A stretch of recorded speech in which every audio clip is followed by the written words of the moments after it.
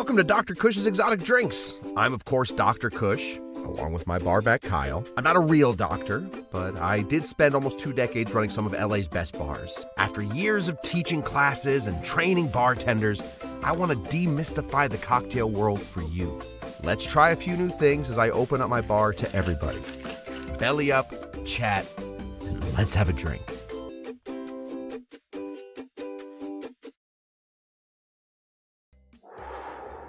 Welcome, everybody, to Dr. Kush's Exotic Drinks. I am Dr. Kush. We are here today to continue on with all of the little offshoots, all the little tributaries that include the fizz.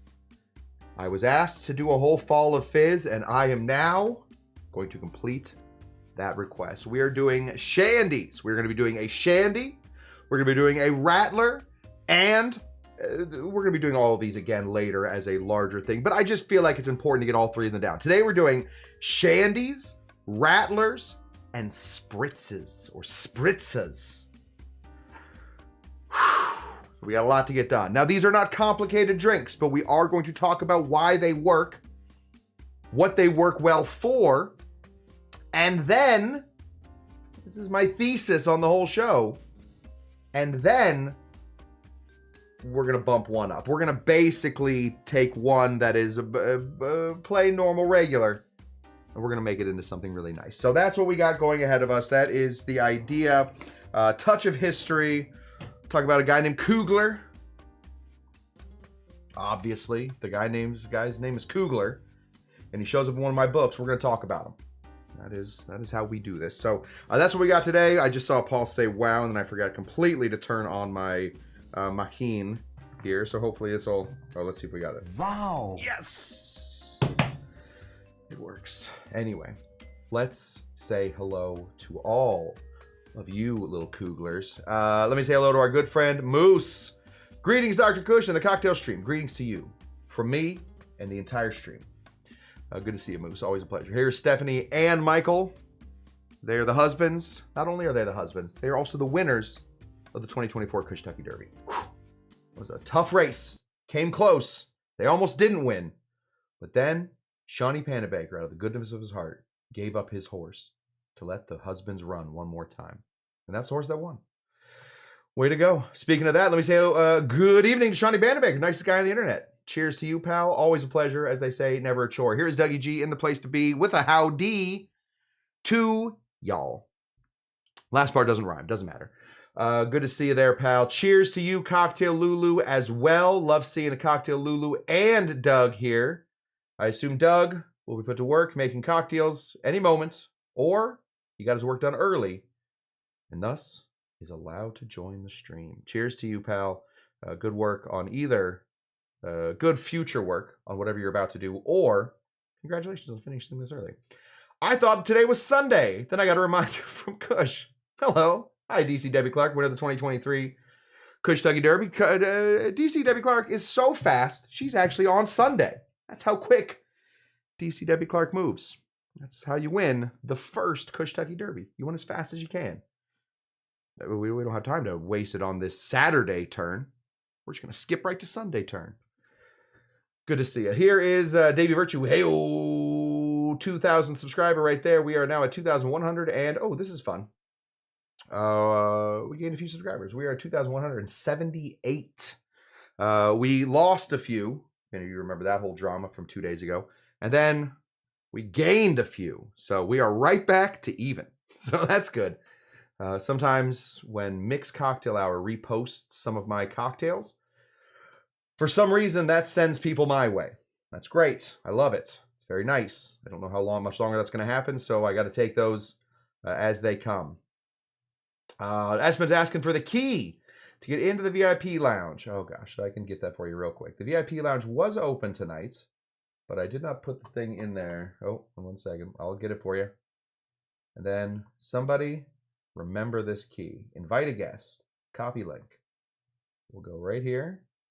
Put that right there. We'll press paste. And there you go. That right there, my friends, is, I'll just highlight that. That right there is the key. So there you go. let's keep going. Oh, here's Bootopia. Moose. How about them Longhorns? Wow. Yeah, Longhorns did well. Was it Arch? I'm not watching college football anymore. I don't believe it exists. I'm pretty positive that college football is a sham. I don't believe that college football is even really a sport. I don't think that those kids should be out there doing that, embarrassing themselves and the people that love them.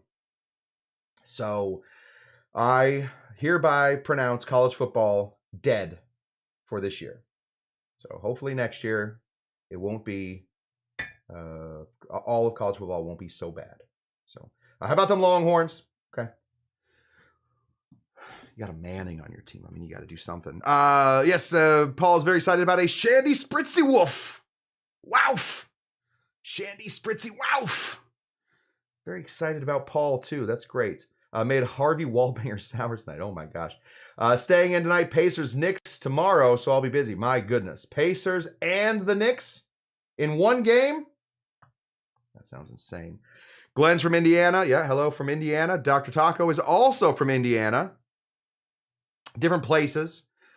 I have an idea of where Dr. Taco lives. I know exactly where Glenn lives. So that's good. Played a bunch of punk music up there 20 years ago. Wait, where? Oh, in Goshen. My dad's also part of the punk scene. He was one of the original Ramones. He was Fatty Ramone, I believe he was. So that's pretty fun. Just kidding, Pop. He was just regular Ramone back then. Let's get into these cocktails. These are very simple cocktails, but it's something, when it is simple, it is often difficult to master. Golf, exactly the same way. I mean, basically, they give you a whole wide area, big lots of grass to hit it.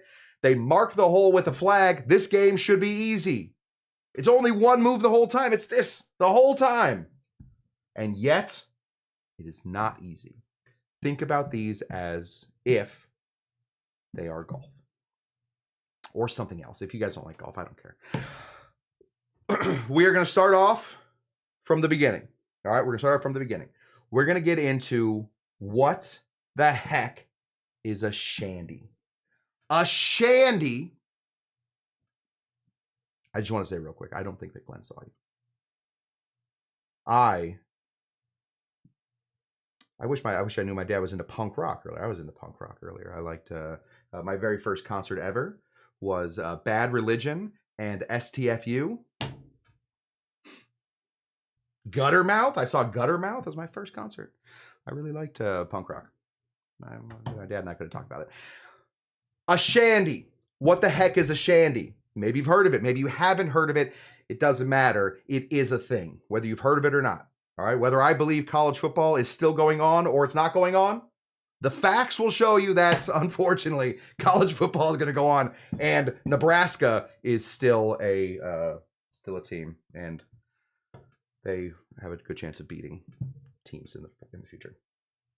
A shandy comes from England, Victorian era England. Is that right? England. Why would I even say that if I don't know? It comes from like the 1850s. All right, 1850s. We're talking about 1850s. We start to see these drinks show up. They weren't called shandies at the time. No, in fact, they were called shandigraphs. Now, if you have ever met an English person, and I have met two, maybe three. I've met a couple English people. I worked for one. His name was Ashley. Interesting. He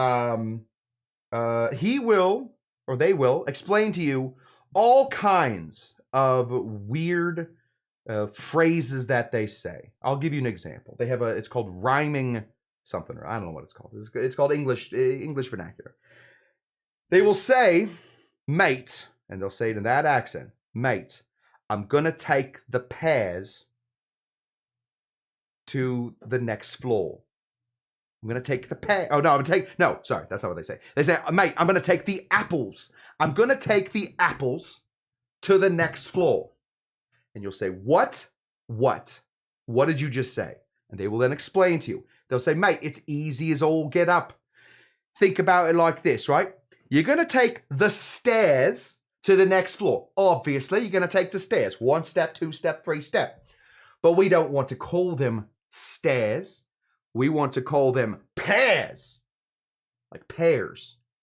And then, and as if it wasn't odd enough, now we're gonna take another phrase that has pears in it, and we're gonna say apples and pears, and we're gonna get rid of that pears part that sort of rhymes with stairs, and we're just gonna call them apples.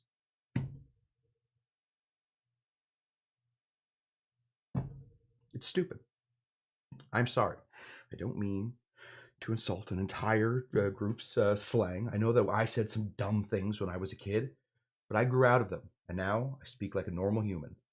So anyway, this comes from one of those very weird things. A shandy was a shanty. A shandy. And then a graph, for some reason, it might have come from the French carafe, was water. So it is basically a pub water, a shandigraph. They couldn't stand that. So instead, what did they do? They just called it a shandy. A shandy. A shandy. It's very, very simple. The issue is you got to find the right stuff, all right? A shandy is a specific version of one of these fizzes. This one including, and only including these days, ginger beer or lemonade. It gets weird when you find out that the English call Sprite lemonade, and I don't know what they would call lemonade. I mean, I'd have no idea what I wouldn't even begin to venture a guess what they call lemonade. We are going to make it with beer, obviously, and then some homemade lemonade. Goodness gracious. And we are also going to be adding a little bit of extra carbonation in there with some carbonated lemon soda. Cool? That's what we're doing. Very simple. Couldn't be more simple. This thing has lasted for a long time. It really has lasted for a long time. People still, mostly in England at this point, make shandies. Shandies. We're going to start over here. Boom, boom. With E for lemon and nothing for simple syrup. All right, we just know what simple syrup looks like. This is from an event. I'm just trying to use it out of this bottle. We're going to be building a little bit of lemonade in here. So we're going to start over here with 1 ounce of some simple syrup. Right there. Perfect. Then 1 ounce of some lemon juice.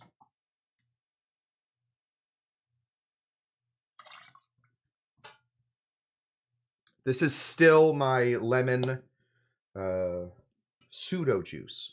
It's going very well. Going very, very well. Bon and Craig say hello from Glitter Gulch Tiki in Las Vegas. She is armed with Kush stickers. I've seen that. I have not written back, but I will right after this. Drinks to help people who don't like the taste of alcohol. This is exactly what this is. It's also, turns out, a very good drink for people that are in the middle of tennis. For a long time, the shandy was a tennis drink. So you go out, you know, you don't want to get smashed while you're playing tennis, but tennis is, it's tennis. I mean, what are you going to do with tennis? I like tennis particularly, but it can be boring. You know, sometimes it's best to, when you're bored, get a little toasty. So this thing, not only does it have some rehabilitation,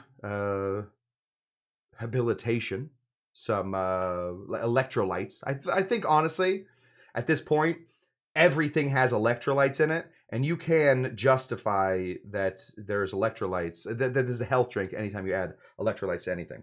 I love how science works like that. We're going to grab one of these. Now, this is a Pilsner Urquell. Is it a lager?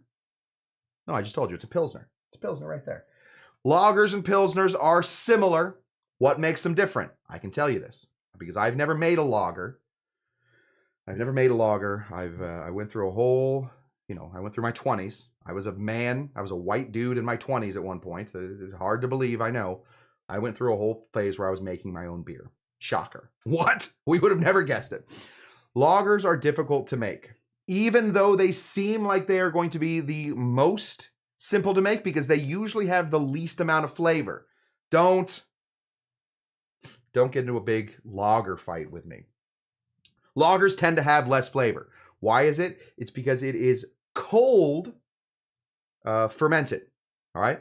You have to ferment your lager in some place that is cold. It makes it much more difficult for the yeasties who love tropical climates to get in there and chew all the sugars and fart out all the ethanol. All right? Makes it much more difficult, which is why you get a less flavorful drink. However, you do get more of a more precise drink because you are precisely controlling a lot of those temperatures. When it comes to almost all other beers, I don't know of another beer that is cold filled or is cold fermented. You're going to get stuff like this guy. Now, this is a Pilsner. Really, there's lagers and there's ales. Lagers, we know what those are, and then everything else is an ale. This is a Pilsner ale made with very similar grain to what you would make a lager out of, but made with very different yeast and made with a very different fermentation style. That's the difference. All right, that's what you got. We're going to go ahead and boop, pop that open. We call these, anybody know what we call these? We call these outdated. We call these church keys. Kind of a fun little thing. That's what we always said. We'd walk into the bar and we say, anybody have a church key? And somebody would say, yes, I have lots of them. And sometimes when Red Bull or when Rockstar would come in, I would put stickers on my thing. Remember, I was a young man in my 20s at one point. We want to fill this with a little ice before we put the rest of this in. So, oh, you know what? I think I have good ice. This is a fun thing. I figured I'd show this when you guys came in. This is sometimes when you are making ice, sometimes the ice, for some reason, when you're making nice clear ice, sometimes it explodes out of its little thing. These are all normal-sized clear ice cubes. This one exploded out.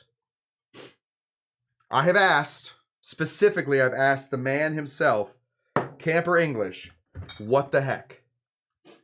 He said, buddy, I have no idea. So we don't exactly know what that is. But it is nice to have one of these because it does fit. Dang it. I thought it was going to fit. I thought maybe I could get away with one. We're going to slice up a little ice. Get ready for that. But it does look nice when it's one large piece. We just really need the corners off of this. That's all that needs to come. Slice this here.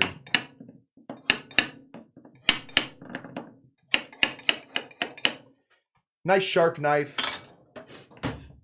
Should do you good. We're going to drop this guy right in there. Bloop. That is making lemonade out of lemons. How much beer are you going to put in here? I don't know. There's no real recipe for it. People will tell you there's a real recipe for it, and then you'll go onto another site, and then somebody else will tell you there's a real recipe for it. I don't know. I don't know. The idea for the shandy is you're trying to get about 50-50. All right? Try to get about 50-50. If instead you don't care that much about you know, the beer taste, or you don't care that much about the lemonade taste, just sort of wing it. We're going to wing the shandy. We're going to get more precise with the next one. So we're going to go ahead and pour in about half of one of these little cups filled with beer. And because we do want a little extra bubble in here, I'm just going to put in one of these La Croix. Little La Croix. We're just going to pour in a little bit of soda water right on top. This is lemon flavored soda water. Technically, and I love getting technical on this show. That's my favorite thing. Limoncello soda water. Just a little topper right there.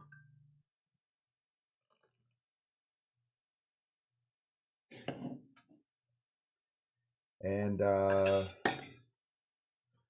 my friends, is it. Of course, we want to take a little spoon, because everything has a different specific gravity, that is a tendency to float. What it is, specific gravity, it is the difference between the sugar and the alcohol put into a drink. So if you are making a beer and you can you can record the specific gravity at the beginning of your beer make, that's when it has all the sugar in it. Then once the yeasts get in there and toot all the ethanol out, ethanol has less specific gravity. So you can tell what the change was in specific gravity, and that's how you can tell how much ABV a beer has. That's how you know. So that's good to know. But the reason that bartenders use it, specifically people that make cocktails that have different layers, things like pousse cafes, etc., usually, and not always, but usually more alcoholic things have a lower specific gravity and they will float on top. All right. So since we put in our sugar, that was going to go right to the bottom. There's a lot of sugar and lemon juice. That's going to go right to the bottom. Then we're going to put in our beer. That's going to go right here in the middle. And then the soda water, hopefully, stayed right there on top. Anyway, that is what we got. That's why we have to get a little stir. But please don't give this one a shake. That is not the way to do it. Right here, guys, Shandy. The big, I don't really love the big ugly cube. I should have done 2 small cubes. Whatever, it's just the internet. It's just here. It just lives here forever. Cheers, you guys, to a shandy graph from the 1850s in England. This more or less was a way to keep drinking, even though you were probably wasted. That's what I assume they were drinking this for.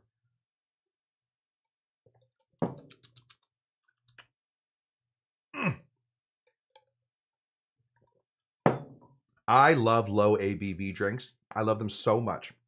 I love ciders. I love beers. I wanted to. I tried. I went and studied. Just couldn't get into wine. I just can't get into wine. But I like beer, and I really like ciders, and I really like shandies. This is pretty darn good. Let's just say real quick hello to our good friend Bon, checking in quickly between cocktails. It's exactly how this show is best watched. So glad to have you. Oh gosh, we had some malt liquor friends in here. Awesome. Awesome.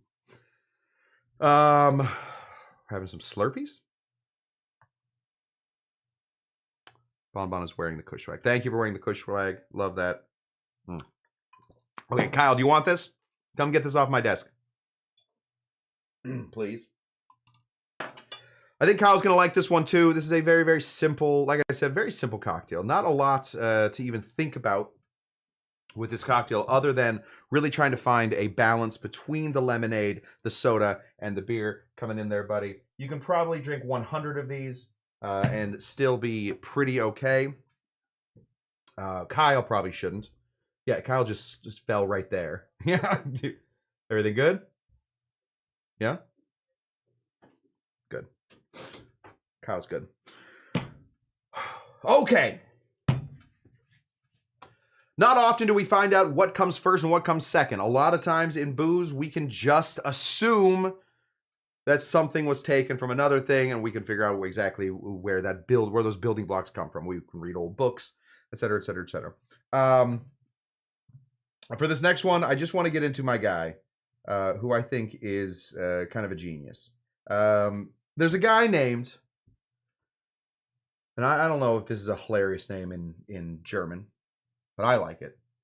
His name is Franz Xaver Kugler. This is our boy Kugler. Kugler ran a bar called the Kugler Alm. Is that right? Yes, the Kugler Alm. What was great about the Kugler Alm in 1922 is that it was right on a bike path. He freaking loved when people would come through and they would drive their little bikes and they would stop off at his little store and they would drink his little beers. He loved that. As the story goes, unfortunately, tragedy struck one day. Huge bike race coming through, or maybe there's a lot of people driving out on their bikes that day, and he ran out of beer. That's the worst. That's the freaking worst. When I worked in bars, I would, we didn't get a shipment in that day. We had our Thursday night coming in, and suddenly we did not have enough Cavassier to pay or to serve enough Cavassier to everybody there for Thursday. It was going to be a nightmare all night. I got to tell you, we don't have Cavassier. What we have instead is Hennessy. What we have instead is Virginia Black.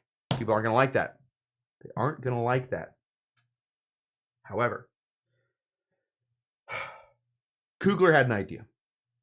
I believe in Germany, and my friend Tammy could probably tell me more about this. I believe Kugler is German for idea. Don't look that up. He just had a Kugler. And Franz looked at himself in the mirror, maybe in a spilled, pile of tears or whatnot. He could see his reflection. He looked at himself. He said, Kugler, probably like this. He said, Kugler, buddy, today's the day. All right? Our backs are against the wall. We got all these bikers coming in, and all of our beer, most of our beer, a lot of our beer is gone. Kugler, was machst wir? What are we going to do, he would say. You do what you always have to do. You water down the beer. And that's exactly what happened. He watered down that beer, not with water, but instead with grapefruit juice. So, the Radler has taken over for the Shandy. You can have a lemon Radler. You technically cannot have a grapefruit Shandy. There will be fights about this in the comments. I can already see them coming. I keep acting like there's drama that goes on in the comments. There's no drama that goes on in the comments. You can have a grapefruit. A Radler is grapefruit, but now a Radler can be sort of anything. So we're going to make a grapefruit Radler, but instead of just making a regular old grapefruit Radler, we're going to elevate. All right? Otherwise, what you're going to do is you're going to watch me make that same drink, same time, just with a little bit of a different juice. And these juices look exactly alike. So we could probably, if you want to see me make a regular Radler, just go back and watch that first thing that I did. We are instead going to make a Hemingway Radler. Yes.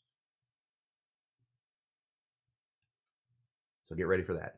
Hemingway Radler, Hemingway daiquiri, of course, from Constantine Ribilagua Vert, one of our dudes, one of the dudes of cocktails. The king of cocktails in a place called Cuba. He was Ernest Hemingway's favorite bartender from what we can assess. And he made the Hemingway daiquiri. We are just going to take all of those ingredients and make this into the Hemingway Radler. I don't know. I'm sure he was part of World War II, right? Old Hemingway? I think so. We're going to slice our lime here. We, of course, have already done this wrong. We sliced the lime wrong. We're going to put the juice of one lime into our Hemingway Radler.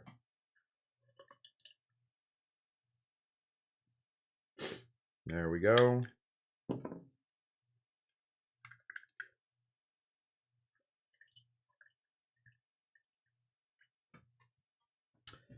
Let me say hello to our good friend, the UF Mark, who I believe is now with me in our belief that, of course, college football is not real. So welcome to the team, the UF Mark, resident Gator. Has anyone ever made a daiquiri using bergamot juice?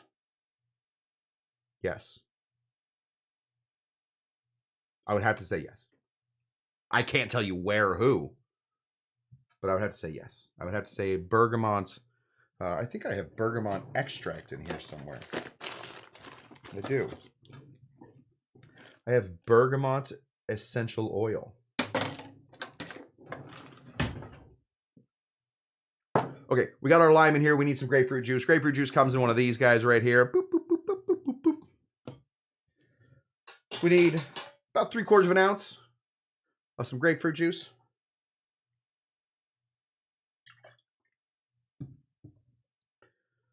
Doing great, knocking it out of the park. Right there.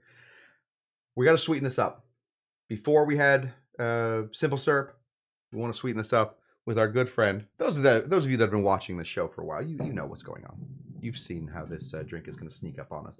This right here is maraschino liqueur by Luxardo. It is made using something called Marasca cherries. Marasca cherries are a trademark by who? The Luxardo company, right there. Every place else has to use different maraschino cherries. You gotta, if you're gonna make maraschino cherries, you can't use Marasca cherries unless, of course, you are Luxardo. I'm fairly certain that's still true. This stuff is excellent. It is the same, about the same sweetness as simple syrup, but it does come in at 32% alcohol. I wouldn't recommend that anybody take a shot of this, even though it is 32% alcohol. It is, in the words of one onlooker, horribly disgusting. But it's perfect in cocktails. We're going to go ahead and put in 3/4 of an ounce of some maraschino liqueur. Right there. That's the sweetness we want. That's pretty much all the sweetness we want. We're going to throw a little ice in here. And then we're going to do basically the exact same thing. This is not a very technical class, but we do what we do. Slice this guy.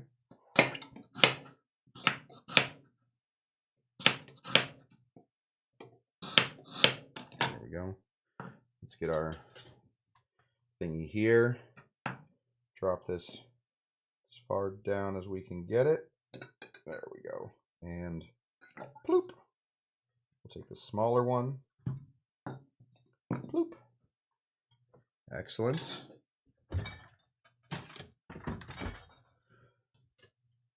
Bling. And we'll add our beer.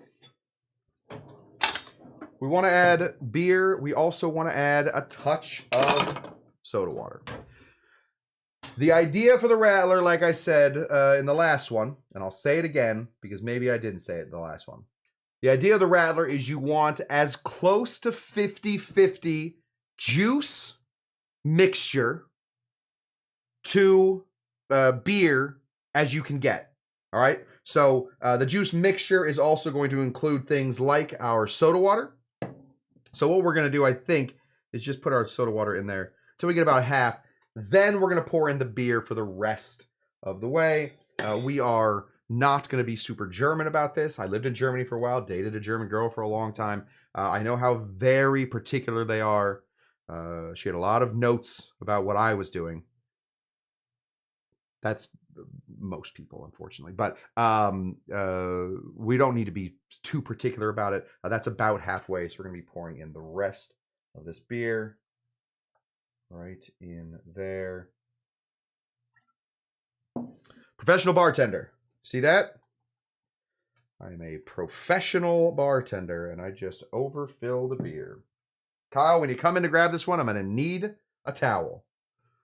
So figure that out. Give this a stir. Oh, everybody calm down. We can see, oh, there's the example of specific gravity. You see all that juice there on the bottom? See how it gets much clearer at the top? We need that to not be the case. So we're going to give this a stir until all of that juice, until this looks pretty uniform. That is what we're looking for, a fairly uniform version of this cocktail. And then a towel. We're looking for two things. One, a fairly uniform version of this cocktail. And two, something to wipe up this mess that I've been bartending for 20 years. I spilled. It happens. The Hemingway Radler, we just took a little bit of some inspiration from another cocktail. We schmooped it in. That's one of my wife's words. We schmooped it in to this cocktail, using all the things that we like, and thus we have kept Franz Xaver Kugler. We've kept his dream alive. We didn't use the whole beer, but we have a whole beer cocktail. I don't know if the Germans play tennis. Was Maria Sharapova? What was she? She German? I doubt it. I don't know if the Germans play tennis. I'm sure they do. But if they do, I'm sure this is a great German tennis drink. And I'm sure that the German word is like hitty bally net, if you translate it. Excellent use of schmoot. Thank you, Jen. My wife has, this is the second woman that I have dated. I married this one, but second person I've dated that has taught me a whole new language. My German girlfriend taught me a lot about German, and Jen has taught me the ways of schmook. And now I'm able to basically conjugate that entire language. Cheers to you guys, to Hemingway. I know this is not a Hemingway poem, but ask not for whom the bell tolls, it tolls for thee. The title of one of his, it's a John Donne poem. Don't worry about it. Excellent. Germans play great tennis. Would not have guessed. Does not seem like a German thing to do. Seems like an Italian thing to do. For some reason. Seems like a French thing to do. I didn't know the Germans played tennis. I'm sorry, Germany. I lived there. I lived in a tiny... Ich habe gelebt in ein kleine Stadt in der Zentrum von Deutschland, 2 Stunden Süd von Hannover, Nordhausen. I lived in Germany. I lived in a very small little town, 2 hours south of Hanover, in a place called Nordhausen. My favorite part about that place, it was right next to, this is kind of fun. Oh, Boris Becker. Boris Becker was a German. I didn't know that. To be honest, if you guys had not said the name Boris Becker to me, I probably would have gone the rest of my life without ever having thought of Boris Becker again. So I'm glad that Boris Becker is now part of the show. And now, for at least a little bit, and if I decide I'm going to edit this show, I'm going to have to think of Boris Becker again. I lived in a little town called Nordhausen, Germany, and it was right next to a little place called Werther. Now, you probably have not heard of Werther, but I guarantee that you have heard of their prodigal son, their most famous, not prodigal, you've heard of their most famous export, Werther's Originals. I lived in a tiny town in Germany, right next to where they make Werther's Originals. And I'll tell you what, Germany, to me, is a storybook because it smells like vanilla everywhere you go. And there's a lot of wolves and stuff. Kyle, come get your drink. Off to dinner. Have a great rest of the week. Cheers, guys. We'll see you soon. We'll be back here on Tuesday, so we'll see you then. Kyle, come get your drink, and let's skedoodle. Let's get this last one in. Oh, and bring me a towel. Don't forget the towel, Dankeschön. If you throw it at me, you're going to hit this drink. Okay, I'll hold the drink. Okay, there you go, buddy. Enjoy that. Have fun. Till next time. All right. We've dealt with the Germans. We're done with them. We've dealt with the English. We're done with them. What's right in between the Germans and the English? The Austrians. They're very similar. They're very much like the English of Germany. That's a totally made-up analogy that I just came up with. Hopefully it catches on. Anyway, they have a thing called a Spritzer. A Spritzer. It is a Spritzer. I'm sure there's a whole long story about Spritzers. I want to tell you my story about Spritzers. All right. I went to Italy. I lived in Italy for a long time. I lived in a place called Naples. And I really liked it. Probably my favorite city in the whole world. In Naples, if you walk around with a wine bottle All right, you should grab a wine bottle, and you can go into any. They call them tobaccies or tobacco. They're like tobacco stores, basically. They're like Southern Italian 7-Elevens, right? Every place in there for a €1 coin would fill up your wine bottle with Prosecco, and they would fill it up with their own homemade red Italian bitter. It was awesome. You could get wasted. Excuse me. Still have a little bit of that pneumonia. You get wasted for €5, which is awesome because that's exactly how much money I was making per day working in a hostel there. So basically, I was just feeding back into the economy. If you drink enough, you don't really have to eat. And that's what I figured out. Anyway, I fell in love with the mixture of red Italian bitters and champagne or sparkling white wine. Very much there. That's not the story I want to tell. The story was I went back there with my wife years and years later. My wife married me after hearing all of my adventures of playing the ukulele on the street in Italy and Spain and a little bit in France, a little bit in Amsterdam, living in Germany for a while. She heard all those stories and she thought that they were all lies. She thought they were all lies, but she still married me.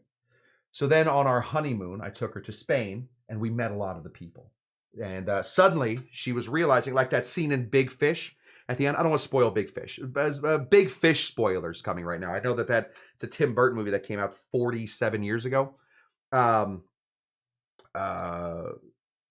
Basically, at the end, the guy, Ewan McGregor, or whoever the hell it was, the guy thought his dad had been telling him lies his whole life.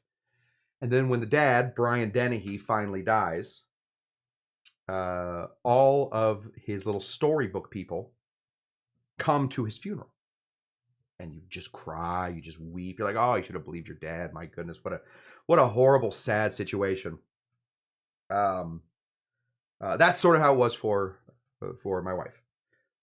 The one thing that's Billy Crudup. Yes, of course, Billy Crudup. It was Billy Crudup. The one thing that was a bummer was we went to the Isle of Capri, and I had only been to the Isle of Capri one time ever when we went to Italy. And all I wanted to do was ride a Vespa. All I wanted to do was ride a Vespa. I have a real love for Vespas. I've never ridden a Vespa. All right. They were offering for $20, €20 to let people ride Vespas. And then I went up and I signed my little paper and I gave them $20. I paid with credit card $20. And he said, you ride these in America all the time. I said, of course we ride these in America all the time. I sat on the Vespa and I believe the story goes, I immediately tipped over. I sat and I fell right over. Immediately, the lawless world of Italy. I lived in Italy. I know that there are no laws that actually mean anything. He told me he couldn't let me ride the Vespa and gave me my $20 back. And I was embarrassed. I was very, very embarrassed. I did not like being made to look like a fool in front of my wife. I was very sad because now these Italian people think that I'm an idiot and that I would never be able to convince them that I speak a little Italian and I used to live in Naples. I could never tell them that. I felt very, very embarrassed. The only thing that helped that day was we then went down into the big courtyard and we drank probably 8 Aperol Spritzers together, my wife and I. She tried to convince me. It doesn't mean anything. I still am a little embarrassed by that story because it was insane how quickly I sat on the bike and how quickly I went like that. Didn't even go forward. I just went sideways. So anyway, since then, I felt like the Aperol Spritz is a great way to get over a lot of embarrassing things that happen to you. Even though it is kind of an embarrassing drink to order, if you do it right, I think you can be in a really good spot. This right here is a kind of dirty glass. Just give it one of these. This right here is a wine glass. You're gonna want to serve this in a wine glass. Why? Because. Just don't even ask about it. You don't want to serve it in a low glass. That's ridiculous. You don't want to serve it in a champagne flute because you have to put a lot of ingredients into this cocktail. Not a lot of ingredients. You have to put a lot of like liquid volume in here. You can put it, if you want, in a tall glass, but this is the glass you want. This is the glass that you want right here. So get yourself the largest, silliest, we call these are gin and tonic glasses. These are Spanish gin and tonic glasses. All right, this is not next to technically a wine glass. It's a little too big. And we're going to build our Aperol Spritz. So show you exactly how I do this. We're going to start over here with, obviously, Aperol.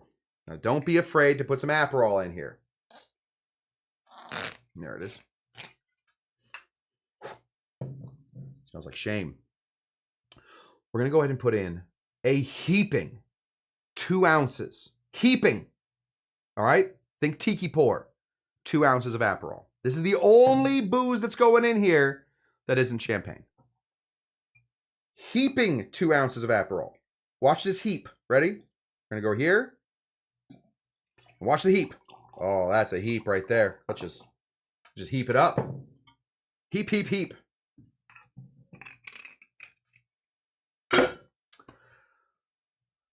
Bootopia.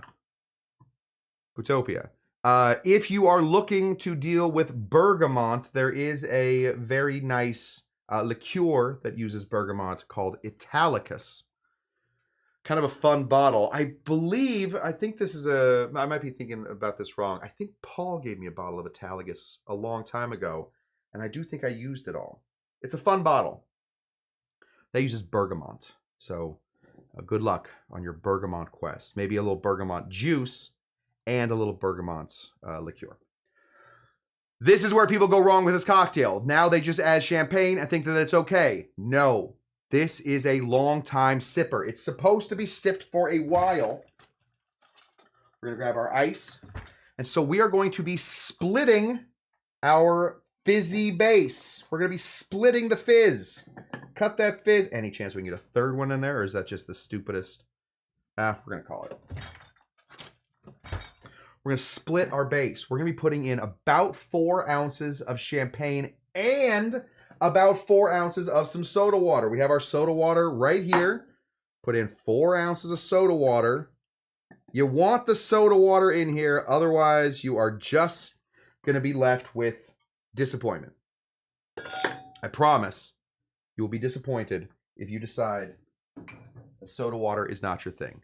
Then we're going to take some of this. Now, this is not the right champagne to use. This is California champagne. A lot of people would say that this stuff doesn't even exist. I think it does. We're going to go ahead and put in 4 ounces. If you have Prosecco, Prosecco is what you want. If you don't have Prosecco, find yourself a sparkling white wine. I particularly like Cook's, the world's okayest champagne. California champagne. Go ahead and put in 4 ounces of some champagne.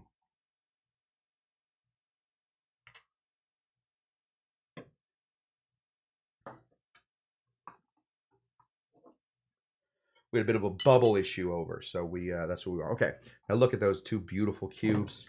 Oh gosh, almost lost the whole thing. 2 beautiful cubes just floating around in this bright glowing thing. We're not done. We're not done. We are going to get into a cocktail called the Pimm's Cup here very soon. That is, of course, one of the world's famous fizzes. We can't get into fizzes unless if we're not going to do the Pimm's Cup.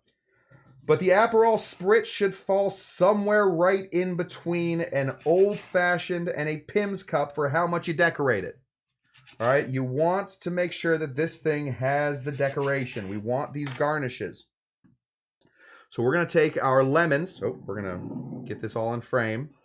We're going to take our lemons, and we are just going to apply these right here to our sides so that we have a bit of an indication that we are not just drinking a big thing of rosé. We have instead, in our grubby little Italian hands, A beautiful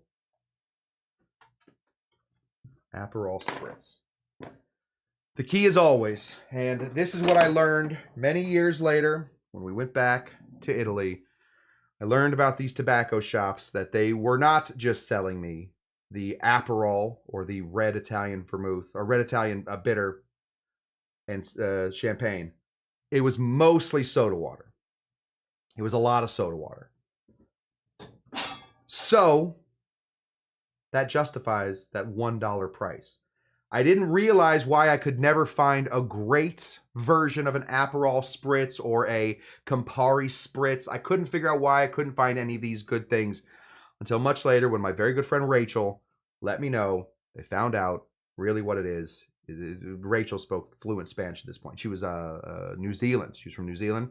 Speaking Italian in a New Zealand accent is about the funniest thing that can happen. I love Rachel, but her accent was hilarious. Anyway, she found out after becoming friends with everybody for a long time. It's a lot of soda water. So don't forget the soda water. The soda water is an integral part of this cocktail. If you're going to skip the soda water, you're going to be disappointed. All right.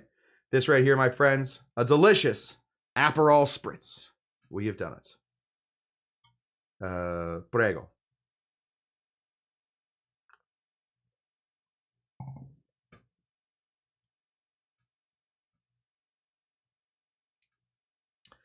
Bootopia asking, can you use tonic? You can. Do whatever you want. Won't bother me. A little bit more bitter. I would not. I would not. Certainly, if your thing is getting as bitter as you can, I say go for it. You're going to lose a little bit of balance if you are using the tonic. You're going to lose a little bit of the sweet from the Aperol. The reason that you don't hear about a Campari Spritz all that often, because there's a little bit of dry bitterness already to the champagne. Obviously, Aperol is a bitter Italian liqueur or a bitter liquor, whatever. I don't know what you call it. I've always just called it an Amaro, but then people really have a problem with that. So you guess, can you put tonic in here? You can. I wouldn't. Let me say hello to my good friend Derek. Put some Sprite in there. Class it up. I'll tell you what. I'll put some Sprite in here. The moment I get a video of you playing Red Hot Chili Peppers on your cello. So if you can play Red Hot Chili Peppers, I will take any song. I want one video of it, and then I will make a Aperol Spritz with some delicious Sprite.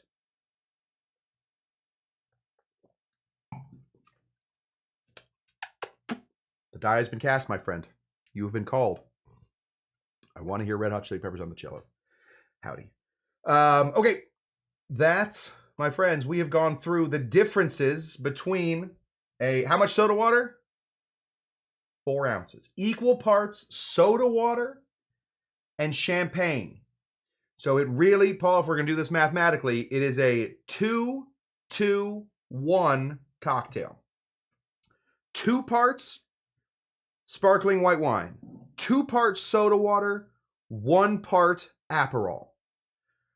It seems like that makes it very, excuse me, the bubbles get me. It seems like that would make it a very weak drink. And you're right. It absolutely is supposed to be a weak drink. This isn't supposed to be a pounder. You should not. Time, just the fact that you own a liver that is working and filtering alcohol through it at a constant clip means that you should never, ever, ever get drunk on an Aperol Spritz. All right? You should really, this should just be one of those, like, a little happy, floaty feeling for a long time, for as long as you're drinking. And then as soon as you're done drinking them, you should stop feeling them. You should give it like 20 minutes, let your liver figure it out, head on. The Italians taught me 3 ounces of Prosecco, 2 ounces of Aperol, 1 ounce of soda water. What do we say at the beginning of this thing? Listen, everybody's going to tell you something different. I'm telling you how I like it. But if the Italians told you that, maybe listen to the Italians. This is how I've always made them. This is how I like them. I like them to be nice and slow going. 3, 2, 3, 2, 1. Not so bad. That's a 2-to-1 cocktail. 2-to-1 cocktail. It's also the way to do it. I like 2, 2, 1. It's freaking delicious. That, my friends, is what I have for you. We're gonna just a touch early tonight. I have to go to a game night. I am heading out to a game night. Apparently, we are playing games. This validates my putting sparkling water in my Negronis to ease the hit. Yes, you are validated. You're a good man, Derek Hanley. You're a good man. And your drinking habits are just fine.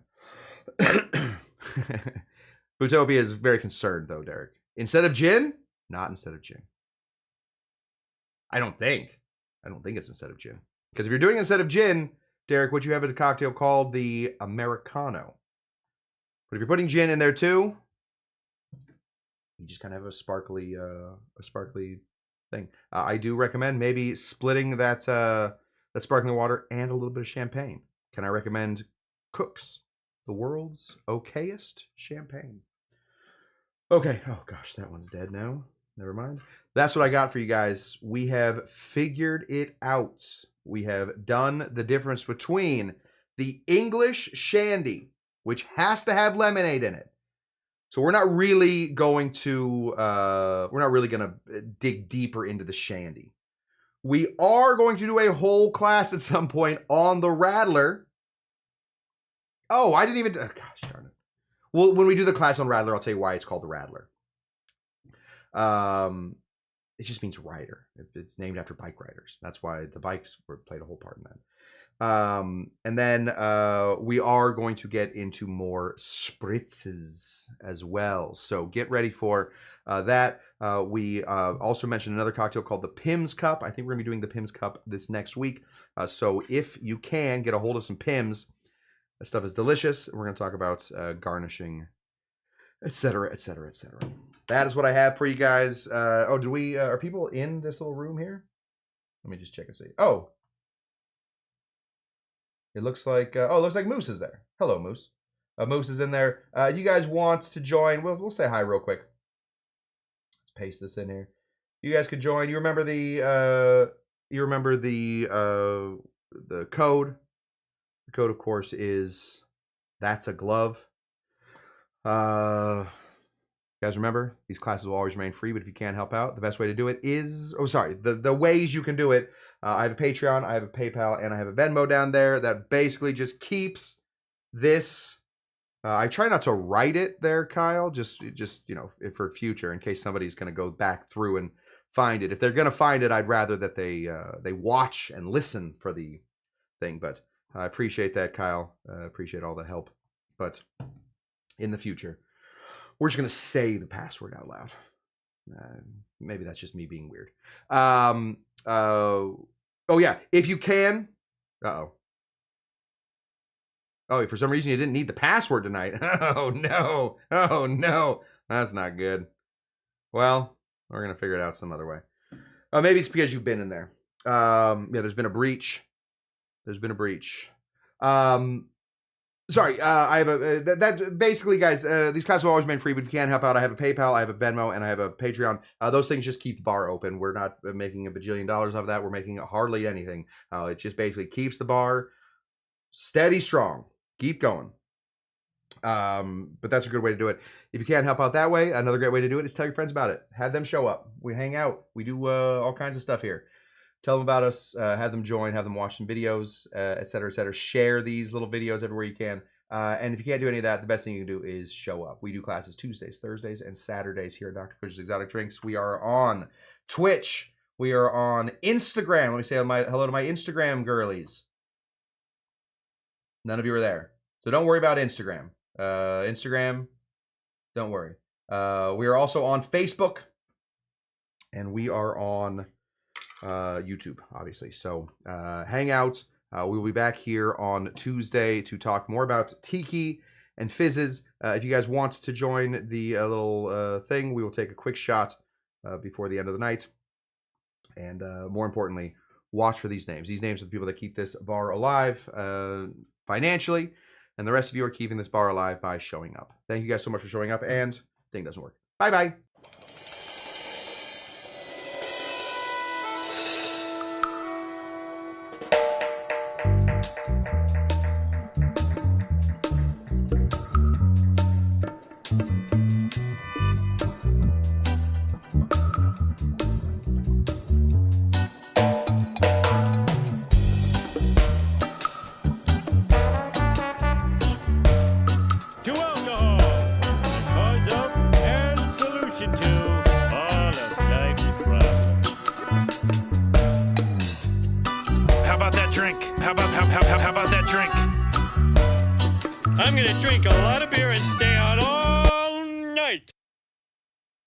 May I please have a drink, please? My father gave me a small loan of $1 million.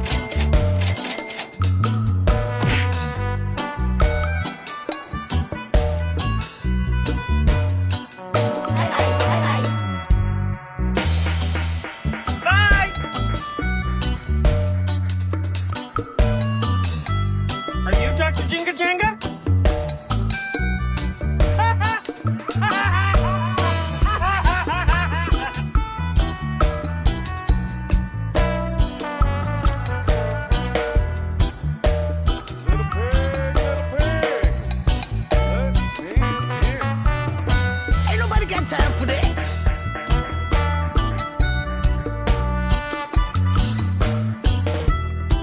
Suddenly, pineapple.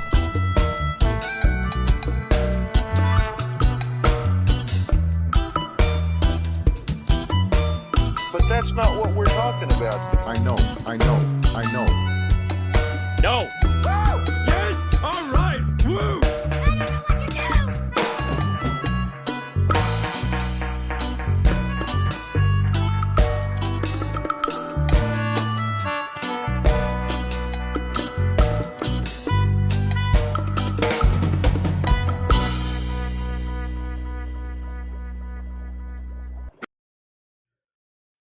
Oh, all right. Just to keep up with this whole thing, we're going to invite our good friend Moose in to say hello. Now, we're going to add to scene 1. Oh, there's Moose.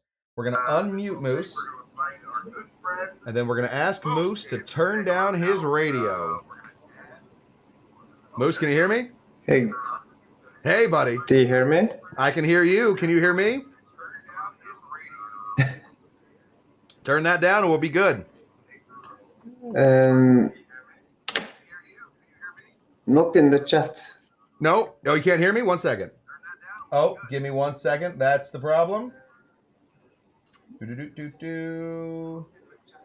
Oh, gosh. Okay, I got to remember to do this every time, I guess. We're going to go... this is why we practice. We're going to go with our OBS camera. Oh, no, not that one. We're going to go with USB video. No. 1 second. We're figuring it out. We'll do audio first.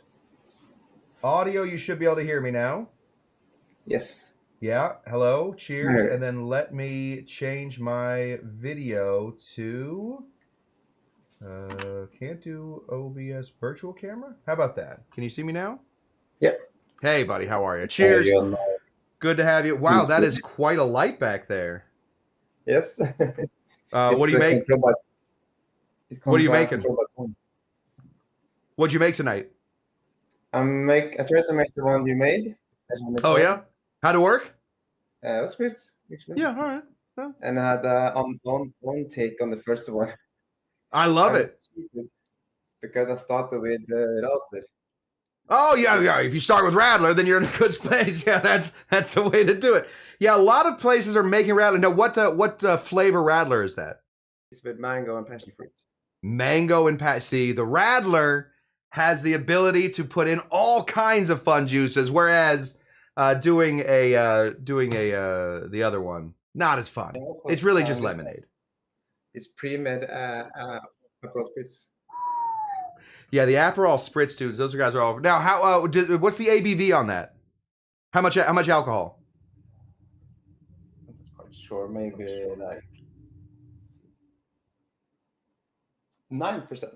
9%. Yeah, that's about right. I feel like if you're putting in, that runs right in that area. I love the sweatshirt, buddy. You're looking good. Yeah. Are you going back to bed? I know. I love it. Yes, I think so. Yeah, I think so. All right, gosh. All right, buddy. Well, I'll let you get to bed. Moose, I appreciate you being in here. Why don't I give you your thing right here.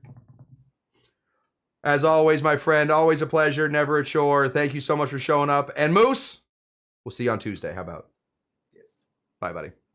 Oh, that was Moose, everybody. I jumped over. We are still working on how to get this thing done, but once we learn exactly how to get all of our guests in here, we will be having guests back. I have 3 of them lined up, ready to go. So keep tuning in for more of our guest stuff. And how about we see each other some other time. Thank you guys so much for showing up. As always, what do we say? That is horse for... Are you Dr. Jinga Janga? And then... Bye! Bye.